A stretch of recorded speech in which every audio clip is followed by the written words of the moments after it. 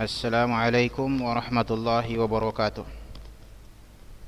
Innal hamdalillah nahmaduhu wa nasta'inuhu wa nastaghfiruh wa na'udzu billahi min shururi anfusina wa sayyiati a'malina.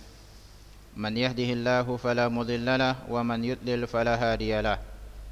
Ashhadu an la ilaha illallah wahdahu la syarika lah wa ashhadu anna Muhammadan 'abduhu wa rasuluh. Wa ba'du. Baik, ya talibat, kembali kita mempelajari satu ilmu yang paling utama, ya, yang menentukan seseorang itu yakni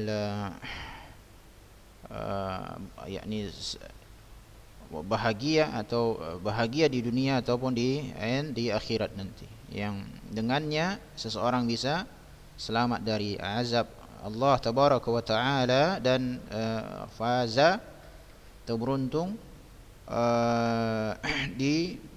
sampai di surga Allah Subhanahu wa taala. Baik.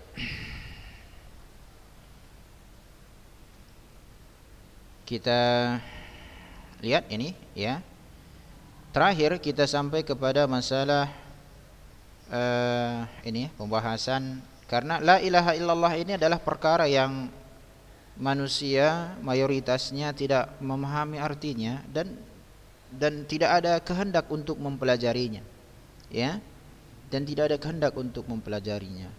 Hendaklah kita mengetahui bahwasannya surga Allah tabaraka wa taala sangat mahal, sangat luas, tapi Allah Subhanahu wa taala begitu penyayang kepada hamba-hambanya, sampai-sampai Allah menunjuki kita dengan diutusnya seorang rasul, dan itulah nikmat yang sangat besar sekali, ya talibat, ya, di dalam agar kita bisa mengamalkan Islam ini dengan benar. Oleh karena itu, rukun la ilaha illallah dan syarat-syaratnya itu, ya, hendaklah diketahui, ya, dihafal dalil-dalilnya, syarat-syaratnya dihayati. Jika seandainya setiap hari dibaca selama sebulan, hafalin aku, ya, setiap hari dibaca. Kenapa? Ini penting sekali, ini penting sekali, ya.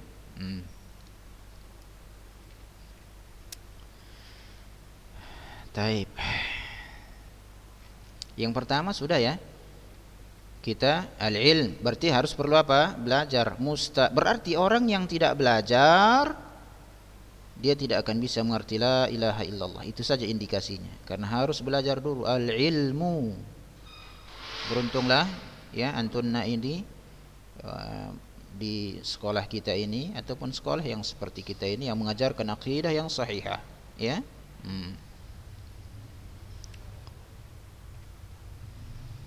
Yakni masalah ini ilmu ini nggak bisa dibeli dengan kekayaan. Nggak bisa kalian beli, misalnya saya punya uang 1 miliar, belilah ilmu tentang la ilaha illallah. Nggak bisa, dia harus dipelajari. Menunjukkan ilmu jauh lebih utama dari apa? Dari harta. Karena kita tidak diperintahkan untuk menjadi orang kaya di dunia ini, enggak, tetapi kita diperintahkan untuk menuntut ilmu. Talabul ilmi fariidatun ala kulli muslim, dan kita diperintahkan untuk mengamalkan Islam, ya, jangan terbalik-balik nanti. Yang kedua pun sudah, ya, kita yakini, kemudian ikhlas di situ kepada Allah, kemudian jujur, ya, jujur. Kemudian yang kelima al-mahabbah, yang sekarang al-mahabbatu li hadhil kalimah wa limaqtadathu wa dallat alaih. Mencintai kalimat la ilaha illallah, tidak diletakkan di bawah terpijak. Oleh karena itu, kalau ada kalimat la ilaha illallah, jangan diletak di bawah, ya. Al-Quran, karya-karya tulis seperti ini. Dan juga konsekuensi yang ditunjukkan oleh apa? Oleh kalimat la ilaha illallah. Seperti apa? Tentunya adalah meninggalkan seluruh kesyirikan dan bid'ah. Ini saja enggak.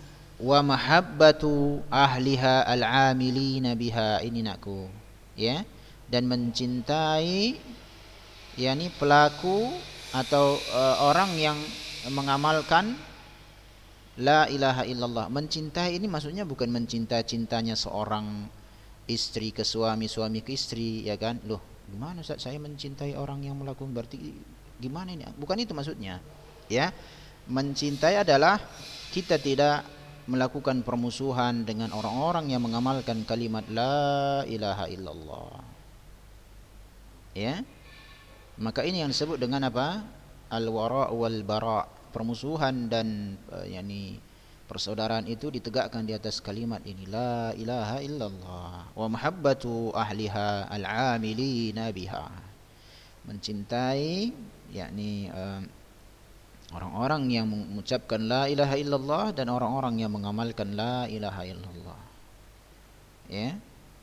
Makanya berarti yakni rasa kecintaan kita, kesukaan kita, ya, yakni kepada orang-orang yang yakni ahli tauhid, ya, ahli tauhid itu harus besar, ya. Apalagi dia sampai-sampai memang dia mendakwahkan, ya, menjelaskan kepada manusia bahwasanya yakni kalimat la ilaha illallah adalah kalimat yang sangat agung sekali, disebutkan, dijelaskan agar manusia menjauhi kesyirikan.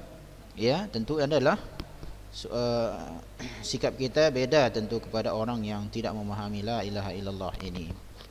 Kemudian, ya, apalagi konsekuensi dari syarat yang kelima ini, ya talibah, wa bughdhu ma naqada dzalik, dan membenci orang yang membatalkan sikap kecintaan ini atau membatalkan kalimat la ilaha illallah. Artinya orang-orang yang melakukan kesyirikan, siapapun dia, baik dia keluarga sendiri pun, ya. Qala ta'ala, wa minan nas, dan di antara manusia, man yattakhidhu min dunillahi andada, ada yang menjadikan selain Allah tandingan-tandingan bagi Allah di dalam peribadatan. Yuhibbunahum, ya, dia cintai tandingan-tandingan tersebut, kahubbillah, sebagaimana dia mencintai Allah. Tidak boleh, ya. Kecintaan Allah adalah kecintaan yang paling besar, ya. Tidak boleh kita mencintai sekutu-sekutu Allah ataupun orang-orang yang mensekutukan Allah, ya. Walladzina amanu asyaddu hubban lillah, dan orang-orang yang beriman sungguh besar, ya, kecintaannya kepada Allah, kecintaan kepada la ilaha illallah. Oleh karena itu, kalau ada orang yang membenci, tidak suka dengan kitab tauhid, ini permasalah di sini. Atau dia tidak suka pelajaran tauhid, misalnya tanya, pelajaran apa yang engkau suka, pelajaran apa yang paling engkau sukai, misalnya, yallah ya saud. Kemudian ada yang misalnya ditanya anak-anak survei, ya kan, sebutkanlah pelajaran yang paling kalian sukai di Ulunuha. Ternyata ilmu akidah enggak ada. Ini nakku bermasalah berarti, ya, bermasalah. Usahakanlah bahwasanya mencintai ilmu tauhid ini, dan itu usahakanlah datang atas dasar yakni keridhaan, bukan karena yakni paksaan dia. Kalau misalnya kita belum mencintainya, tidak mensukai ilmu tauhid, ini bermasalah, bermasalah sekali itu. Ya. Coba pegang-pegang bara api, enggak ada yang tahan. Berdiri saja di semen itu, berdiri saja di luar rumah itu yang dengan terik panas. Ini enggak ada yang tahan, ya. Maka ini yakni tidak ada alasan. Seharusnya kalau kalian ditanya pelajaran yang paling kalian sukai tauhid, nah itu dia. Bukan pula kenapa? Bukan pula yang selera, misalnya apa? Masak. Ya, apa sih masak kemarin itu? Pengembangan diri. Atau misalnya ini masalah yakni keterampilan misalnya. Atau juga talibat, masalah ini juga jangan dikaitkan dengan gurunya. Kenapa? Kalau ini enak belajar, kenapa? Gurunya enak. Enggak. Saya ingatkan, Ustaz. Kalau kita menuntut ilmu, ya, ya, siapapun gurunya, ya, yang butuh ilmu itu kita, bukan guru. Bagaimana cara guru menyampaikan itu, ya, itu adalah kemampuannya, ya. Tetapi tugas murid adalah bertanya kalau dia tidak paham. Tugas murid adalah mempelajari dengan sabar, seperti apapun model guru itu. Ustaz dulu di LIPI, ya. Ada dosen ustadz itu nakku, Dr. Muhammad Al-Azuz hafizullah taala, dari Mesir, orang Mesir asli, doktor hadis dari Mesir, ya. Waktu itu kita belajar Subulus Salam, Syarah Bulughul Maram min Adillatil Ahkam, ya. Maka Ustaz perhatikan syarah Ustadz itu, doktor tersebut, yakni nggak ada bedanya dengan yang di kitab, ya, nggak ada tambahan gitu loh. Apa yang ada di buku itu juga gitu, ya, apa yang ada di buku itu juga. Maka dalam benak kita terkadang, ini baca sendiri pun saya bisanya kalau kayak gini kan begitu. Tetapi sikap seperti itu langsung dihilangkan. Kenapa? Kita yang butuh ilmu. Barangkali kalaupun buku apa yang disarahkan seorang guru kita sudah mengetahuinya, ada hal yang bisa kita ambil dari penjelasan-penjelasan. Misalnya cara dia menyampaikan, misalnya apalagi bahasanya, kan gitu ya, melatih kemampuan mendengar dan lain sebagainya, ya. Kemudian cara dia menjelaskan, ya, bagaimana dia meringkas dan seterusnya. Meskipun ya kita dapati apa yang ada di buku itu juga.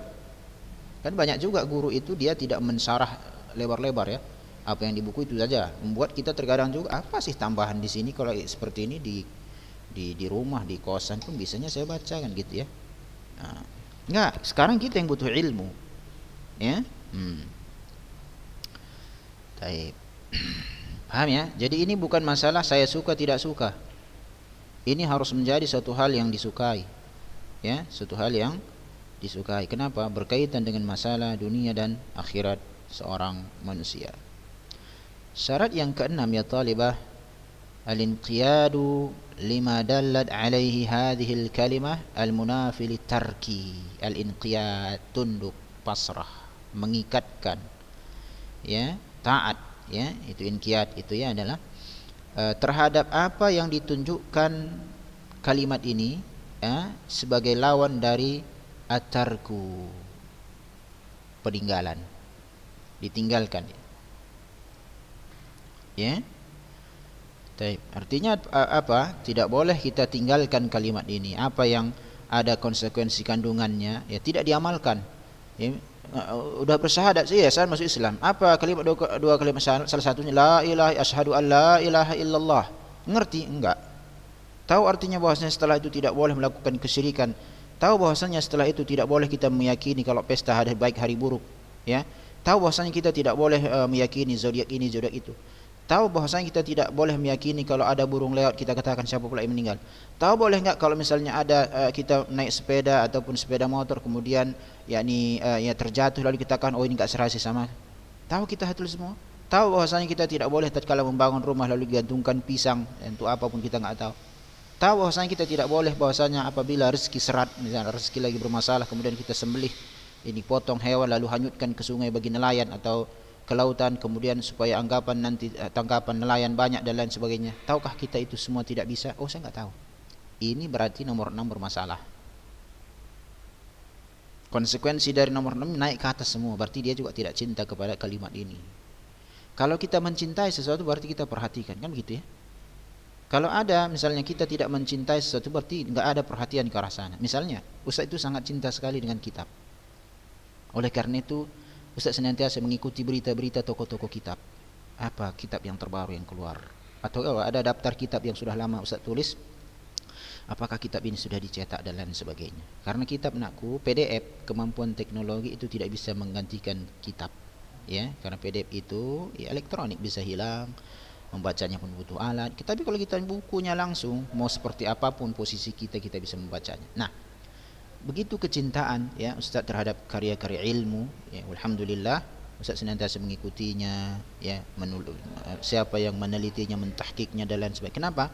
Ustaz mencintai kitab tersebut, dirawat, sehingga satu saja buku Ustaz meskipun dia kutaib kecil nggak ada Ustaz tahu, alhamdulillah. Ini sampai siapa pula yang meminjam atau kemana pula perginya. Beda dengan saya lihat di sini bersih-bersih, ya kan. Betapa banyak kami dapatkan kitab fikih yang tebal itu, tentu kalian tahu kan, yang sebagian dari kalian kan anak kelas 9 dari sini. Tebal-tebal buku fikih berantakan di atas sana, dikumpulkan banyak. Ini menunjukkan memang si anak tidak cinta terhadap ilmu, tidak pedulian. Bukunya ketinggalan dan lain sebagainya pun dia tidak tahu. Atau barangkali semua bukunya ditinggalkan di sini, ya. tinggal datang dia lenggang-gang bawa tas ya kan, di dalamnya semua makanan, karena nggak muat lagi ya kan, takut nanti kalau makanan nggak muat lagi ya kan, buku tinggalkan di sini semua. Lalu dia lihat, kita belajar apa ustazah? Oh ini, tinggal lihat, tengok ke belakang, yang mana buku saya. Ini bermasalah juga. Nah begitu juga ini ya. Tapi mana dalilnya? Qala ta'ala wa anibu ila rabbikum wa aslimu lahu. Kembalilah engkau semua kepada Rabbmu, ya, dan pasrahlah, ya, tunduklah engkau untuk Allah. Dengan apa ini? Dengan la ilaha illallah tentunya. Ya, dalam surah Az-Zumar 54, wa anibu, ini disebut dengan al-inabah. Al-inabah itu di atas taubat. Taubat itu meninggalkan apa yang telah lalu. Adapun inabah adalah dia taubat kemudian dia melakukan amal kebajikan, itu namanya apa? Al-inabah. Dan yang terakhir, syarat terakhir walhamdulillah, itulah al-qabulu limaqtadathu hadhil kalimah bil qalbi wal lisan, menerima konsekuensi dari kalimat ini dengan penerimaan dari dalam hati, begitu juga dengan ucapan lisan. Diterima, enggak ada murka dia. Susah kali pun Islam ini, banyak kali peraturannya, ya, dan lain sebagainya. Enggak boleh pula lah kami ini, yakni mengecat rambut, keluar rumah enggak usah pakai jilbab, enggak bisa pula kami harus pesta ulang tahun, enggak pula ini dan seterusnya, enggak bisa kami ke mall-mall, jalan-jalan, ya kan, dijual-dijual dan lain sebagainya. Susah kali Islam ini. Nah, ini bermasalah, ini jatuh di dalam kekafiran, ya. Kami dikekang nggak boleh bawa perhiasan, padahal perhiasanku itu ada 1 kilo itu di rumah, nggak bisa saya pakai supaya nampak orang saya punya perhiasan. Susah kali Islam ini. Ini jatuh dalam kekafiran, berarti nggak paham ya la ilaha illallah. Nggak boleh pula nengok zodiak, padahal bintangku bintang Pisces, Sagittarius, Virgo dan lain sebagainya. Seharusnya tadi aku tahu siapa jodohku, apa bisnisku, bagaimana nanti ke depan. Ini nggak paham la ilaha illallah, dia jatuh dalam kekafiran. Menerima konsekuensi dari kalimatnya dengan hati dan lisan. Waqad akhbara ta'ala an sababi ta'dzibihi lil kuffar bi annahum kanu yatakabbaruna an hadhihi al kalimah wa la yaqbalunaha. Allah Subhanahu wa taala telah menggambarkan bahwasanya penyebab diazabnya orang-orang kufar mulai dari apa? Nuh alaihi salam, tsunami nakku. Oh, luar biasa. Ustadz ini walhamdulillah ahli berenang, tapi suatu hari Ustadz hampir tenggelam pantai Silangbuah karena dibawa ombak. Coba kalau kita nggak pandai berenang, ya kan udah sampai di tengah sana lah, rahimahullah. Rasanya nggak enak sekali, ya. Bagaimanapun, padahal itu masih ini ya, kita ada ban kan gitu ya. Bagaimana kalau tsunami itu airnya langsung menggulung-gulung, di azab dari Allah. Bagaimana azab yang diturunkan kepada kaum Lut, ya, dan lain sebagainya, ya. Apa penyebabnya itu semua? Ya, mereka dahulu sombong, yatakabbar, al-kibru itu adalah menolak kebenaran. Al-kibru menolak kebenaran. Dari kalimat ini, dan mereka tidak menerimanya, bukan tidak meyakininya. Dia tahu maksudnya, dia tahu konsekuensi dari arti itu, tapi ditolak. Kenapa? Tidak mau mereka meninggalkan sesembahan-sembahannya itu. Mereka sangat mengetahui apa arti la ilaha illallah, oleh karena itu mereka tidak mau mengucapkannya. Konsekuensinya mereka tahu mereka harus tinggalkan sesembahannya, ya. Oleh karena itu la tadarunna alihatakum, pada zaman kaum Nabi Nuh, jangan kalian tokoh-tokohnya pada masa, jangan kalian tinggalkan sembahan-sembahan kalian, enggak usah kalian dengarkan perkataan Nuh. Begitu juga pada zaman Rasulullah, yakni apakah engkau ya Muhammad, yakni dengan kalimat ini kami harus tinggalkan sembahan-sembahan kami, ya, begitu. Oleh karena itu lihat ini, innahum, bahwasanya orang-orang kafir itu, kanu, dahulu, idza qila lahum, apabila diucapkan kepada mereka, didakwahi mereka, ya, la ilaha illallah, yastakbirun, diucapkan kepada mereka la ilaha illallah, tiada sembahan yang berhak disembah kecuali Allah. Menyembelih itu jangan ke patung, menyembelih kepada Rabbul Alamin, berdoa kepada Rabbul Alamin, bukan pula kepada penghuni kuburan dan lain sebagainya. Berdoa itu beribadah langsung kepada Allah. Allah tidak membutuh perantara. Perantara itu hanya Rasulullah SAW, selainnya tidak, kan gitu ya. Apa yang mereka lakukan? Yastakbirun, mereka berlaku sombong. Sombong itu, jadi definisi sombong pertama adalah menolak kebenaran sebetulnya. Menolak kebenaran, ya.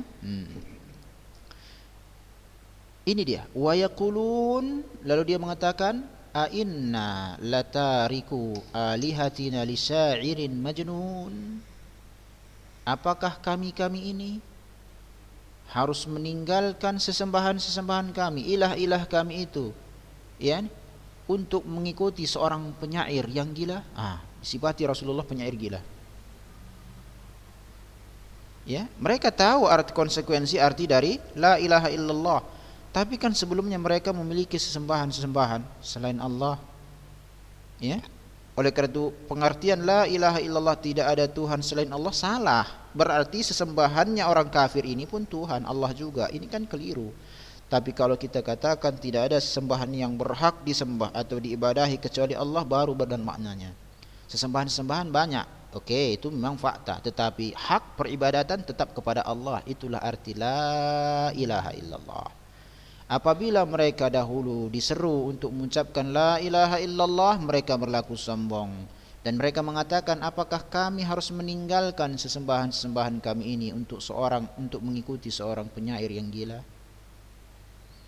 Itulah yang mereka lakukan. Jadi kesimpulannya ya Taliban, syarat dari la ilaha illallah ini ada 7, ya, harus dipahami. Kita harus mengilmuinya, kita harus meyakininya, dan kita harus mengikhlaskan untuk Allah, ya, dalam pengucapannya, ya. Kemudian berlaku jujur, ya, dan ini tidak mendustakan kalimat tersebut.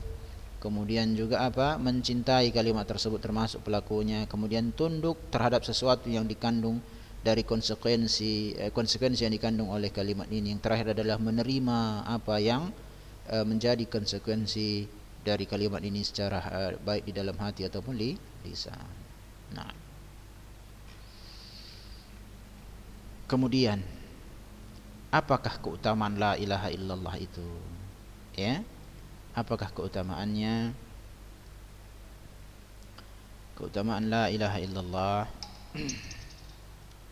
Hadhil kalimah a'zam kalimatin yaquluha al-'abdu fahiya asasul millah wa ra'sud din wa khulasatu da'watil mursalina.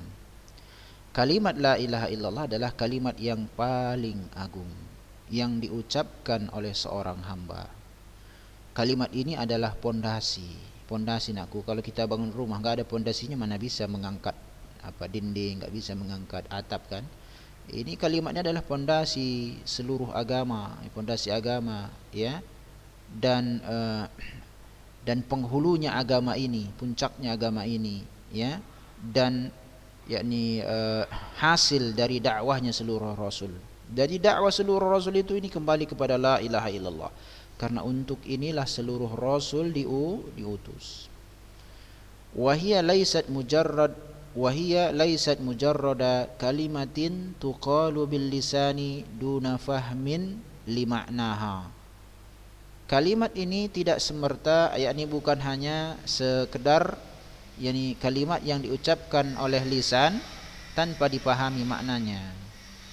Ya, wala amalin bi muqtadaha, dan juga tanpa pengamalan terhadap konsekuensi kalimat tersebut.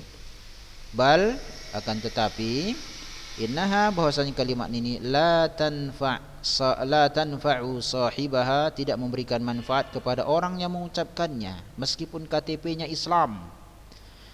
Meskipun di dalam salat dia sering mengucapkan asyhadu an la ilaha illallah wa asyhadu anna muhammadar rasulullah. Meskipun dalam azan dia mengatakan asyhadu an la ilaha illallah, asyhadu an la ilaha illallah, tidak akan memberikan manfaat itu kecuali idza fahimaha, apabila dia pahami la ilaha illallah, tahu dia rukunnya, tahu dia syaratnya, wa amila biha, dan mengamalkan konsekuensinya, wa bata'ada amma yunaqiduha, dan dia jauhkan dari seluruh perkara yang membatalkan kalimat la ilaha illallah. Inilah yang akan memberikan manfaat, yang kelak dia akan mendapatkan syafaat. Kita kan berdosa, tidak ada manusia yang maksum kecuali Nabi yang mulia alaihi salatu wasalam.